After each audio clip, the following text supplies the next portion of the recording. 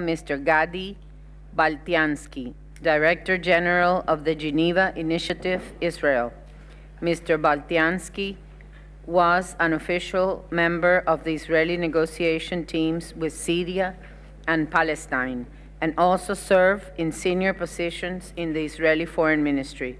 You have the floor.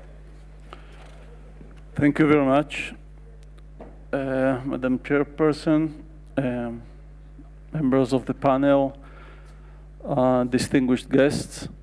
I would like to thank the UN for organizing, initiating this meeting, to thank the Russian Federation for hosting it, and to thank you all not only for attending, but actually for giving us some hope. I'm a representative of the Israeli civil society, but I believe that for us, Israelis and Palestinians, the worst thing that can happen is that if the world will forget about us. The fact that you're here, the fact that this event is taking place, I think shows that you care, and for us, it is an injection of hope. So I'm thankful for that. But as much as I would like to talk about hopes, I still don't want to be detached from reality. And I think right now it is quite clear that the current leaderships of the Israelis and of the Palestinians, the current two leaderships, or maybe the three leaderships of the Israelis and the Palestinians, will not sign nor implement a permanent status agreement in the coming year, or maybe even more than that.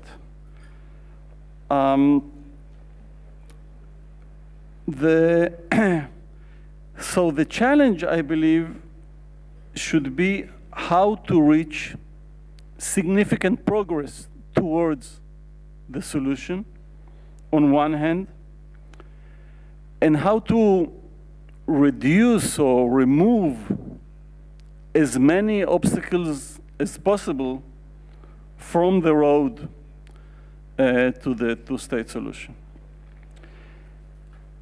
So what are, in my view, the possible roles of the different players in those two tasks of reaching progress and removing obstacles? I'll start with Israel. Prime Minister Netanyahu speaks about a two-state solution. In my view, pays a lip service to it. He said that he doesn't believe that in his term a Palestinian state will be established. Of course, when he says it, he explains that it's not because he doesn't want it, but because the other side, it's always the other side. The other side is not ripe and is not meeting the basic conditions in order to achieve it. Mr. Netanyahu's concept of two states is, in my eyes, not practical, not sustainable. He's speaking about a Palestinian state surrounded by an Israeli army, a Palestinian state with Israeli soldiers within this state for decades. And this will not happen. But one has to take into consideration that Prime Minister Netanyahu is not a one-stater. He doesn't believe in, for the long run, that the one state can be there forever between the Mediterranean and the Jordan River. So he prefers a kind of a two states, but is not willing to pay the price that is needed in order to achieve it. But since he is afraid of the alternatives on different fronts, I think he might consider some limited steps mainly if they are presented to him. I don't think that he will initiate them. But in a realistic world, we need to think what kind of steps may be presented to the current government of Israel that can be accepted and may lead us a bit forward on the road to peace. I think the first step that should be presented to him is a dramatic change in the settlement activities. I believe also that some transfer of land from Area C, which today is under full Israeli control, to Area B, which is under Palestinian control, can take place. It can also even be described as the third further redeployment, which was part of the Oslo agreement and was never fulfilled. So it's still, the Israeli government is theoretically committed to it. And this further redeployment can even include the removal, the evacuation of a few settlements, not many because it's Netanyahu's government, but maybe 3, maybe 4, maybe 5, maybe 6 isolated settlements that really hurt the Palestinian contiguity. And their removal will improve significantly the conditions of Palestinian lives. The third and last maybe mean that can be presented or should be presented to the Israeli government is indeed a set of parameters that can serve also as a basis for an international conference. It was mentioned here that we have a right-wing government. I would like to remind you that 15 years ago, we had a government in Israel which was more to the right than the current one, more extremist. Prime Minister then was Yitzhak Shamir, a real ideologist right-winger. In his government, there were extreme ministers, fanatic. A minister then, his plan was to expel all Palestinians from the land, and more so. And yet that same government, in 1991, 14 years ago, started the peace process with the Palestinians, went to an international conference in Madrid, where the process began, because of an American initiative, and I would say international encouragement. Not that Mr. Shamir then believed in a two-state solution or even in talking to the PLO, but he went to the conference and it started.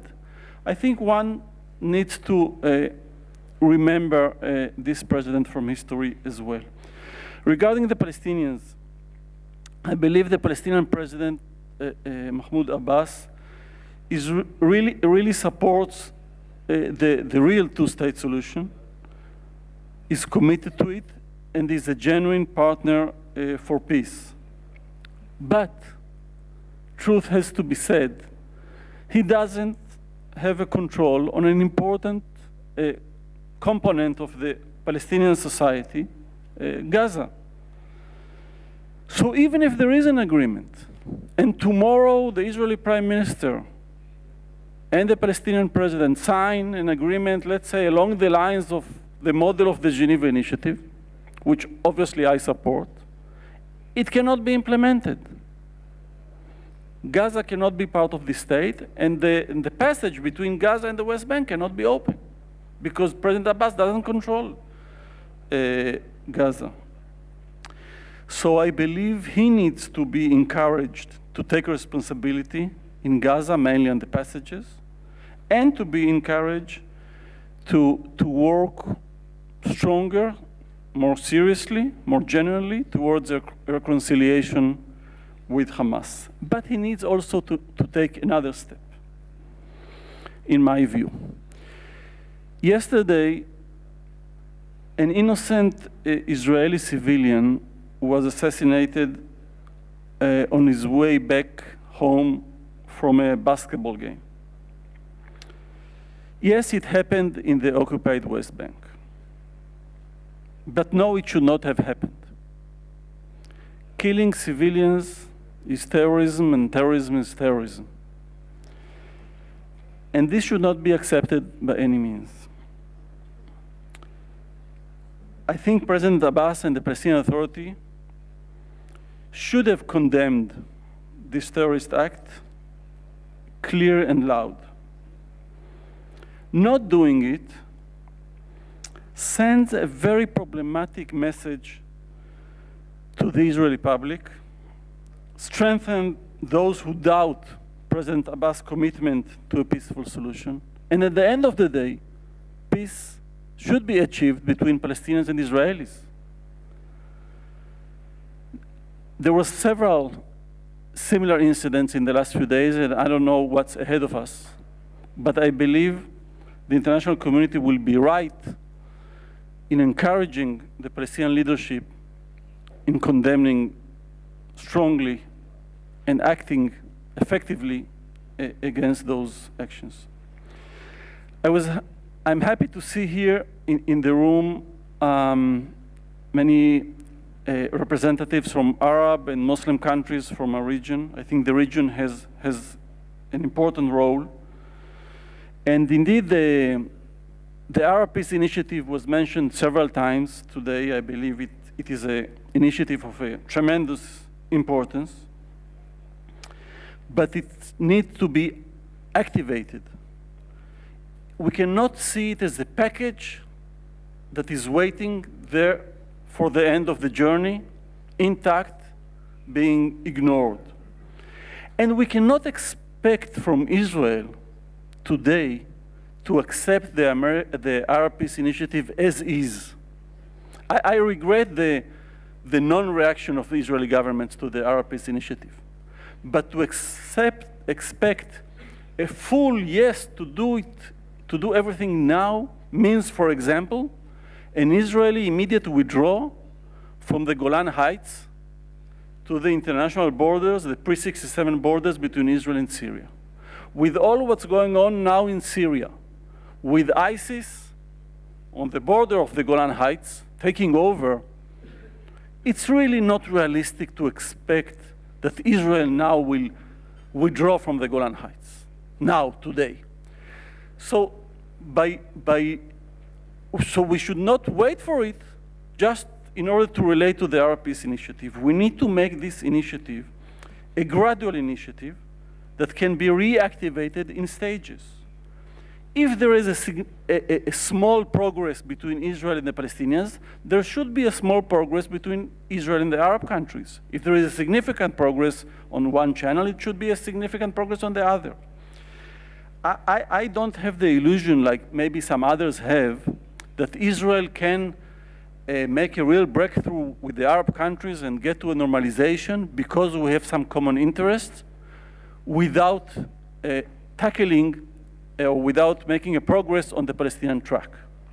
But I don't think that we should make the relations with the Palestinians and with the Arab world hostage of every single letter in the original peace initiative. We should not wait until a peace agreement with the Palestinians is being signed in order to have progress with the Arab states. Actually, progress with Arab states will help Israelis and Palestinians to reach a permanent status agreement. My final comment has to do with the international community. With the Geneva Initiative, as my colleague Mr. Nidal Foucault said, support a UN Security Council resolution, as long, of course, as it is productive and not counterproductive. The principles of such a resolution are well known. They were mentioned here. One can read the Clinton parameters, the Geneva Initiative, or go back to the Olmert-Abbas talks. But as I saw the visit of the French foreign minister to our region last week, saw the French draft, one should not wait until both parties, the Israeli leaderships and the leadership and the Palestinian one, will accept the draft before presenting it to the Security Council. This will be to repeat mistakes that were done in the past by the US, including in the last round of talks under Secretary Kerry, when he had an American paper, hesitated, and decided not to present it eventually because it didn't have the support of both sides. For me, it's a mistake, and it should be presented to the Security Council, even if rejected by one, or even better, by both sides. The wording, of course, should be balanced, so at least it will achieve two goals.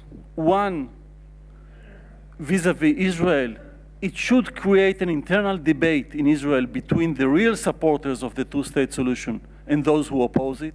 If it will be rejected by all, by coalition and opposition, then it's worthless in the context of changing the Israeli position. It should create a debate. It should get support from the peace camp in Israel. And it should, of course, be there, serve as the only terms of reference, TOR, and basis for future negotiations whenever there will be. So time will not be wasted like it was the case in the past in trying to reach basis for negotiations. We will have the basis. It will be a Security Council resolution. It can serve both as terms of reference for negotiations and as a kind of an invitation letter for an international conference. And the last thing the international community can do is indeed helping with the internal, or maybe with the two main obstacles that are there. One, the current Israeli policy on settlements. I think the international community should act on this issue, and should deal with the other obstacle that is there, is the Palestinian internal split. I know that Hamas and the Palestinian Authority are not equal partners and shouldn't be treated as such, but Hamas should not be ignored. I believe that the international community that should help the reconciliation process should demand or should put a condition for Hamas, which is stop terrorism, prevent terrorism, fight terrorism. And this was one of the three conditions that the quartet put when Hamas won the Palestinian elections. I believe that the other two conditions, which were then to recognize Israel and to comply with and accept previous agreements, those two conditions can wait for a later stage. Basically, there is one condition from Hamas, which is to stop terrorism, and then a dialogue with Hamas and with the PA can be fruitful and can help in achieving this reconciliation. So I believe that if we have we demand a change in Israel's policy on settlements, if we help Palestinian reconciliation, and if we set clear parameters for future negotiations, we will make a significant and maybe the only possible progress that can be achieved in the coming year. Thank you very much.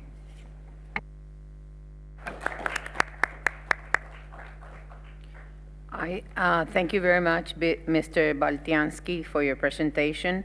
The ideas that you have outlined are sure to stimulate a very lively debate this afternoon. Thank you very much. We are ready now to start our discussions. Participants are welcome to ask questions or make comments on the presentations they have heard. We should take a few comments or questions from the audience at a time, and then our speakers will have the opportunity to answer them.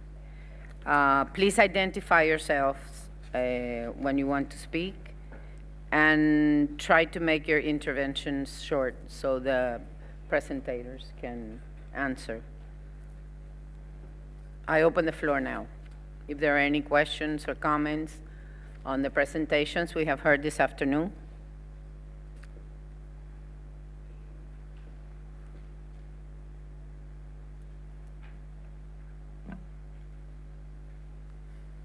Questions, maybe interventions from them.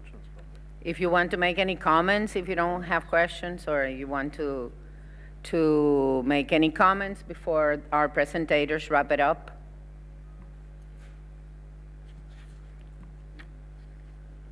Well, I think the audience has agreed totally with all your presentations, so it's very good. Thank you very much. I will open now the floor for the presentators to wrap it up a little bit, and I'll give you each one the possibility Maybe to. we'll start from the opposite side as usual. But you can comment on the other presentations.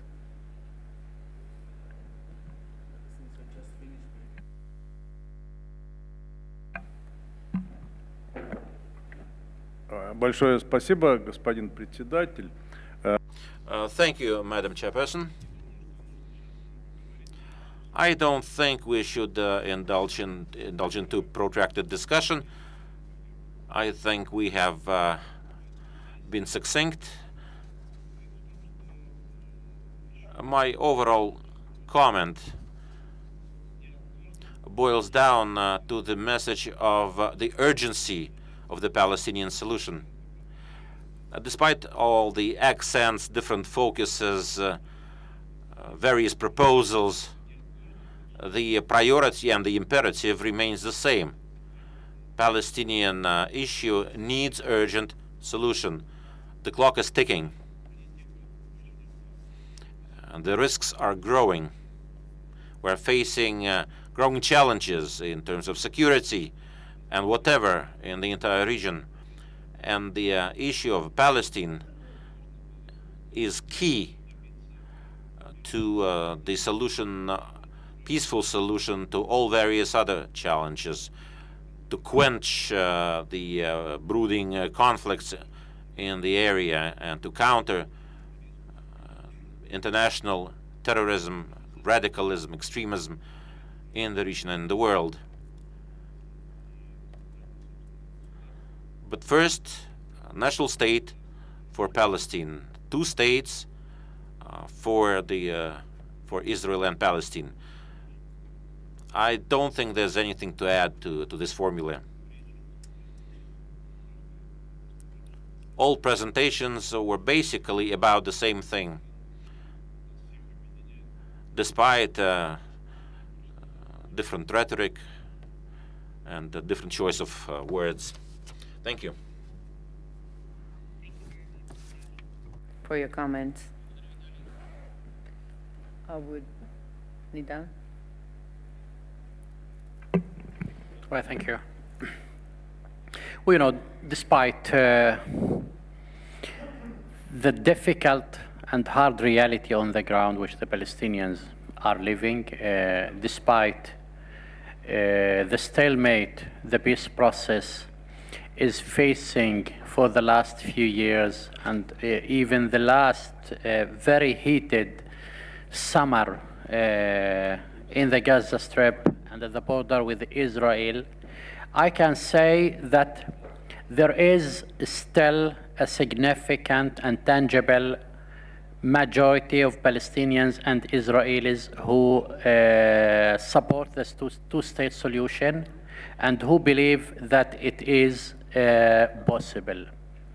Definitely, this majority should not be taken for granted. Unfortunately, if we just make a quick look to how the public trends are developing from the start of the peace process until now, I can say that clearly this majority is eroding, and clearly and gradually.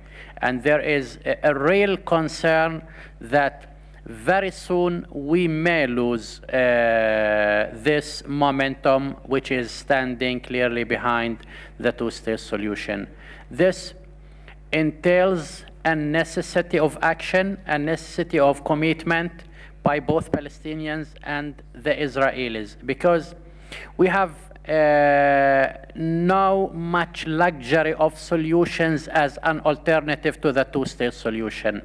If we Palestinians and Israelis, if we lost the opportunity to reach the two-state solution and put an end to the conflict by having an independent state beside Israel, definitely the alternatives are non-solutions, and by this we're gonna move towards the wars. And for those who believe sometimes that the one-state solution or one homeland for two states I can say clearly that this is extremely impossible within the framework of an occupier and occupied nation. Definitely, we cannot move into such a stage or phase from situation of occupation into a one state or one homeland for two peoples, unless if we accept a certain nature of relationship, a relationship of a superior to the inferior, an issue which no single Palestinian would accept. So what is needed definitely now is an immediate action and commitment by both sides as well as by the international community. Thank you. Thank you very much. I will give Gadi Thank you. floor. Thank you. I agree that the mood is gloomy and the situation doesn't look, the horizon doesn't look very, very good. But I'm afraid of the self-fulfilling prophecy, which says that people are not hopeful, and then why bother? Why make concessions? Why taking bold initiatives? Why being active, since the chances are low anyway? So then they don't do it, and then nothing good happens, and then they say to themselves, you see, we were right by not doing it from the beginning, and the cycle continues and continues. I believe we should try the opposite self-fulfilling prophecy, of giving it a chance, even if not many people believe that the agreement is around the corner. Since there were not many questions or comments on the Israeli-Palestinian conflict, allow me to say one sentence about the conflict in Northern Ireland. In February 1998, a large public opinion poll was conducted in Northern Ireland. 9% of the public said that they believe that an agreement can be reached within the next year or two. 60% said that there will be no agreement in their lifetime. And another 30% said that either they don't know or there will be an agreement, but not in the coming years. This was February 1998. On April 10th, 1998, the Good Friday Agreement was signed in Northern Ireland. We will have 1,000 days of failures and only one day of success, for sure. And we will be pessimistic many, many days, and optimistic only one. But we need to work in order to reach that day, and I agree that time is not on the side of the two-state solution supporters. Those who oppose the two-state solution are active every day, on the ground and not only on the ground. I believe we should be active, proactive in a positive way. I am not sure that the blame game helps. I'm not sure that pointing fingers at one side or another is really constructive on the road to peace. I don't think that the zero-sum game is the key for a success. No, it is not. It's either we both lose or we both win. I think we, the entire international community, should adopt the approach of a win-win situation, or actually win-win-win situation, where Israelis win, Palestinians win, and the entire world benefits from an Israeli-Palestinian peace. Thank you very much. Thank you very much for those closing words. This concludes our deliberations in plenary session 1 for today. On behalf of the committee, I would like to express our deep appreciation to all of you, to the distinguished speakers who shared their knowledge and their experience with us, and to you, the audience, the member states, the NGOs, for your interest and attention. We hope to see you here tomorrow also.